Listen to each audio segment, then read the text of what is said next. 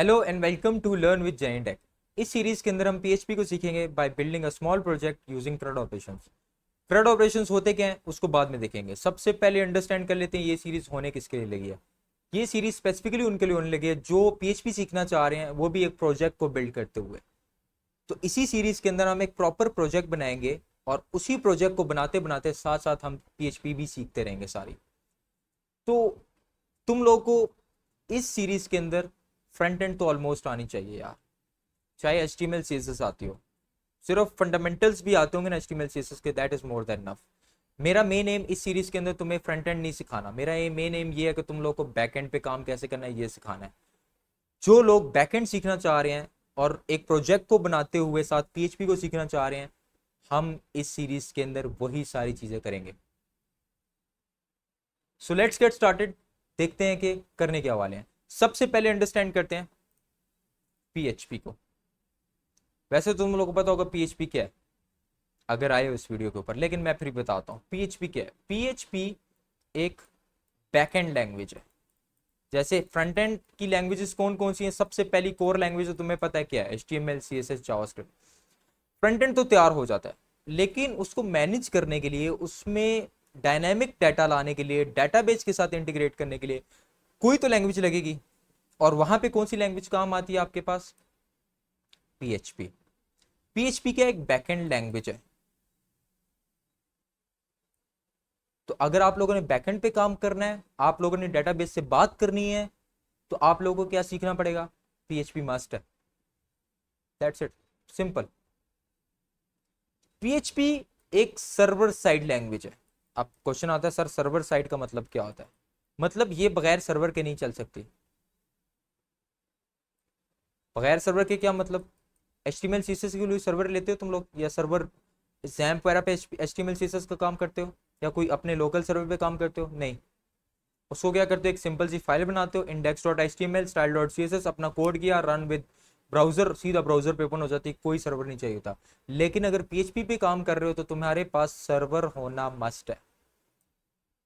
सारी रिक्वायरमेंट्स बताऊंगा, टेंशन ना लो। जो प्री रिक्विजिट्स हैं वो मैं बताऊंगा इसके साथ, स्क्रैच से लेके चलूंगा, टेंशन ना लो। बस ये अंडरस्टैंड करो पीएचपी है क्या। पीएचपी क्या है? एक बैकएंड लैंग्वेज है, साथ ही उसके अंदर क्या है, एक सर्वर साइड लैंग्वेज है कि बगैर सर्वर के पीएचपी काम नहीं करेगी।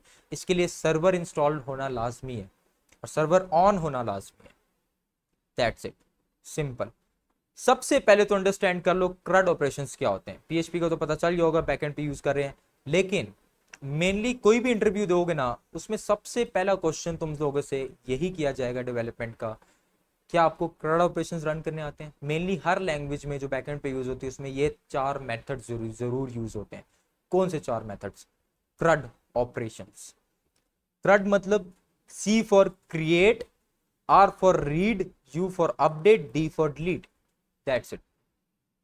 आप लोग को डाटा, कोई भी चीज, कोई भी एलिमेंट क्रिएट करना आना चाहिए। क्रिएट से मुराद उसको क्रिएट करके डेटाबेस में स्टोर करना आना चाहिए। क्रिएट का मतलब ये है उसको क्रिएट करके डेटाबेस में स्टोर कराना आना चाहिए। That's it. रीड का मतलब डेटाबेस में स्टोर डाटा को उठा के स्क्रीन पे ला के रीड करवाना। डेटाबेस जो हमारे पास पड़ी हुई है उसमें जो डाटा स्टोर्ड पड़ा हुआ है, उधर से डाटा को उठा के हमारे पास शो करवाना, ये किसका काम होगा? रीड का। That's it. फिर हम सीखेंगे अपडेट। अपडेट मेथड क्या होता है? अब आपके पास ऑलरेडी एक डाटा डेटाबेस में पड़ा हुआ है और आप उसको अपडेट करना चाह रहे हो, तो कौन सा ऑपरेशन रन करेंगे हम? अपडेट ऑपरेशन रन करेंगे। Last but not least, delete method. हम डाटा को डिलीट कैसे करेंगे?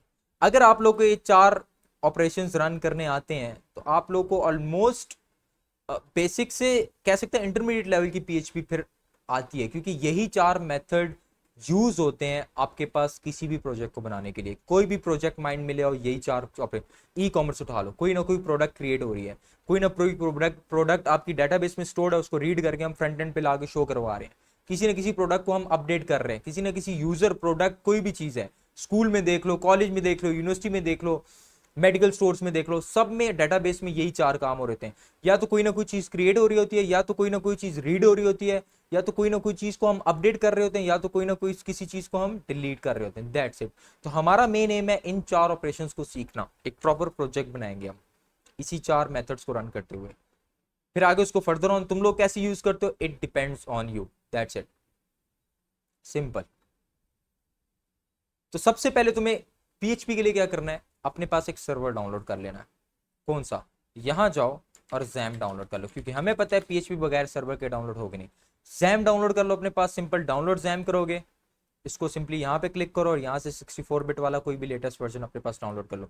मैंने पास ऑलरेडी अपने पास डाउनलोड करके रखा हुआ है, मैंने ऑलरेडी डाउनलोड करके रखा हुआ है, सिंपली इसको इंस्टॉल कर लो, मेरे पास ही आ रहा है, सिंपल, दैट्स इट। तो तुम लोगों के पास तुम्हारा जैम्प होना चाहिए, उसको इंस्टॉल कर लो अपने पास, सिंपली डिफॉल्ट लोकेशन पे इंस्टॉल करोगे तो तुम्हारे पास सी में आ रहा होगा, ये सी में तुम्हारे पास फोल्डर बन जाएगा जैम का। तो इस सीरीज के अंदर हम इन सारी चीजों को यूज करते हुए पीएचपी के सारे फंडामेंटल्स सीखेंगे और सारे क्रड ऑपरेशंस को रन करेंगे प्रॉपरली, डेटाबेस लेवल पे भी काम करेंगे, फ्रंट एंड लेवल पे भी काम करेंगे और एक प्रॉपर प्रोजेक्ट बनाएंगे इसके अंदर। So let's get started.